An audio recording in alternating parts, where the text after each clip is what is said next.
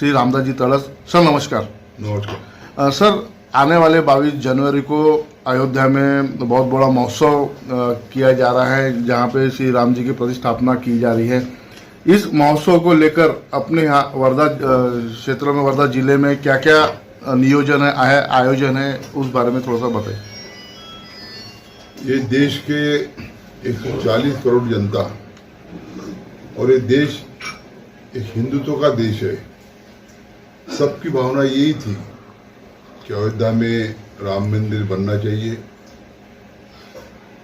वर्षों से वो हो नहीं सका, लेकिन इस देश के प्रधानमंत्री नरेंद्र मोदी ने 22 जनवरी को रामलला की स्थापना करने का काम अयोध्या में किया है। वर्धा जिले में भी घर घर में जैसे अपन दिवाली मनाते हैं वैसा त्योहार मना रहे हैं। हर गांव में रामलला की एक जुलूस निकलेगा। गांव गांव में दिवाली के जैसा, दिवाली में जैसा होता वैसा त्योहार मनाएंगे बड़े धूमधाम से।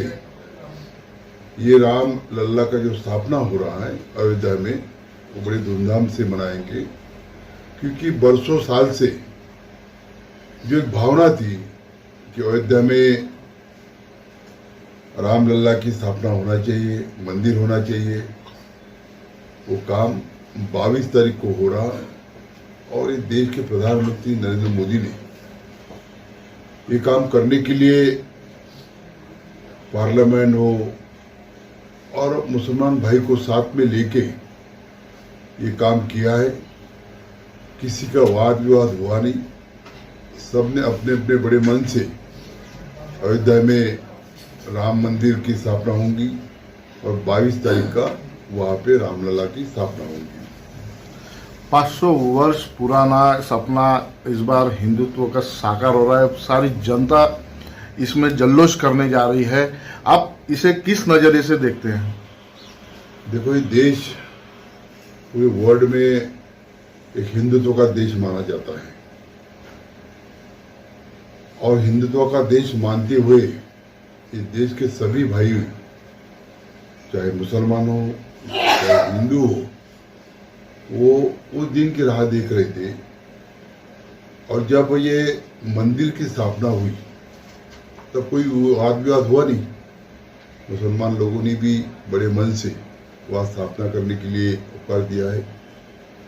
और आज पूरे देश में ऐसा माहौल है कि पूरे देश में 22 तारीख को एक दिवाली का उत्सव मनाएंगे और गांव-गांव में, जहां हर गांव हो, वहां पे अपने दिए जलाएंगे, जुलूस निकालेंगे और रामलला की ये मिरलूक निकालेंगे। ये सब गांव-गांव में होने वाला है। सर विरोधक जो है इस अयोध्या के जो प्रतिष्ठापना है उसको लेकर नाराज दिखाई दे रहे हैं। कई प्रकार के वो अवलोकन, कई प्रकार के वो विरोधक ताशर उड़ रहे हैं। इस संबंध में आपका क्या कहना है?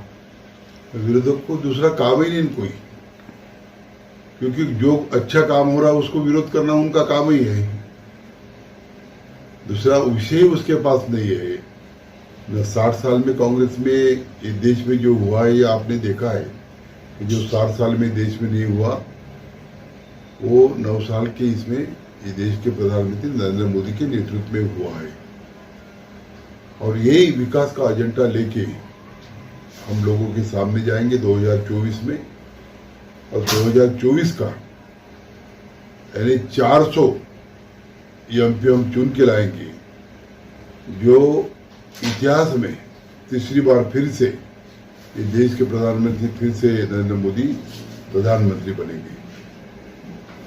सर, राम जन्मभूमि से अक्षत भी आए हुए हैं, सभी तरफ वितरित किए गए हैं, इधर सबका वितरण भी चल रहा है। आपके द्वारा अपने क्षेत्र में किस तरह का अक्षत का वितरण हुआ है?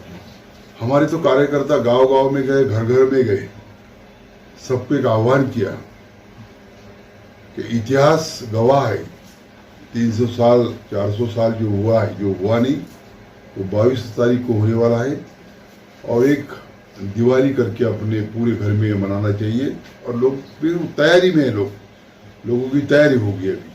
कि अपने घर में दिवाली मनाना, पूरी दिए जलाना और रामलला की प्रार्थना करना। चैनल के माध्यम से आपको विश्व स्तर पर जो लोग देख रहे हैं उनको क्या संदेश आपका रहेगा रामलला जन्मभूमि उत्सव के अवसर पर?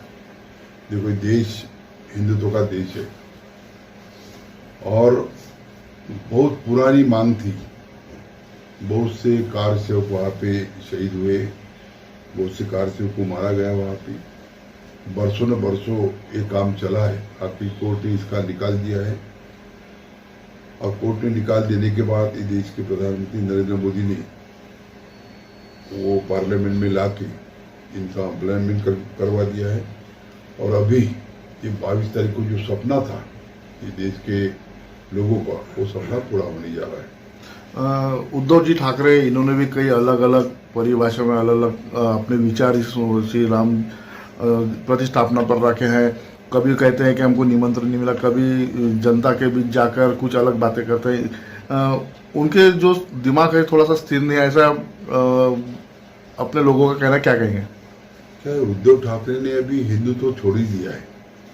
जो बाला साहब ठाकरे का एक सपना था का ये महाराष्ट्र में देश में हिंदुत्व लाना चाहिए, वो सपना देश के प्रधानमंत्री नरेंद्र मोदी ने पूरा किया है। और अपने सत्ता के लिए, अपने कुर्सी के लिए, मुख्यमंत्री के कुर्सी के लिए उन्होंने हिंदुत्व छोड़ दिया उद्धव ठाकरे ने, और कांग्रेस और राष्ट्रवादी के साथ में बैठ गए। बाला साहब देखते होंगे वहां पे क्या एक कैसा लड़का हुआ कि जो हिंदुत्व छोड़ के ये लोगों के साथ चले गए जो हिंदुत्व को विरोध कर रहे। इसी सवाल को जोड़ के मेरा एक सवाल है, जितेंद्र अवार्ड इनके अलग अलग भाष्य चल रहे हैं। भगवान श्री राम के ऊपर में भी उन्होंने टिप्पणियां की हैं कि उस समय भगवान श्री राम और उनके सारे लोग ये मांसाहार करते थे वगैरह वगैरह, और वो इस समय किया जा रहा है जब जन्मभूमि उत्सव हो रहा है।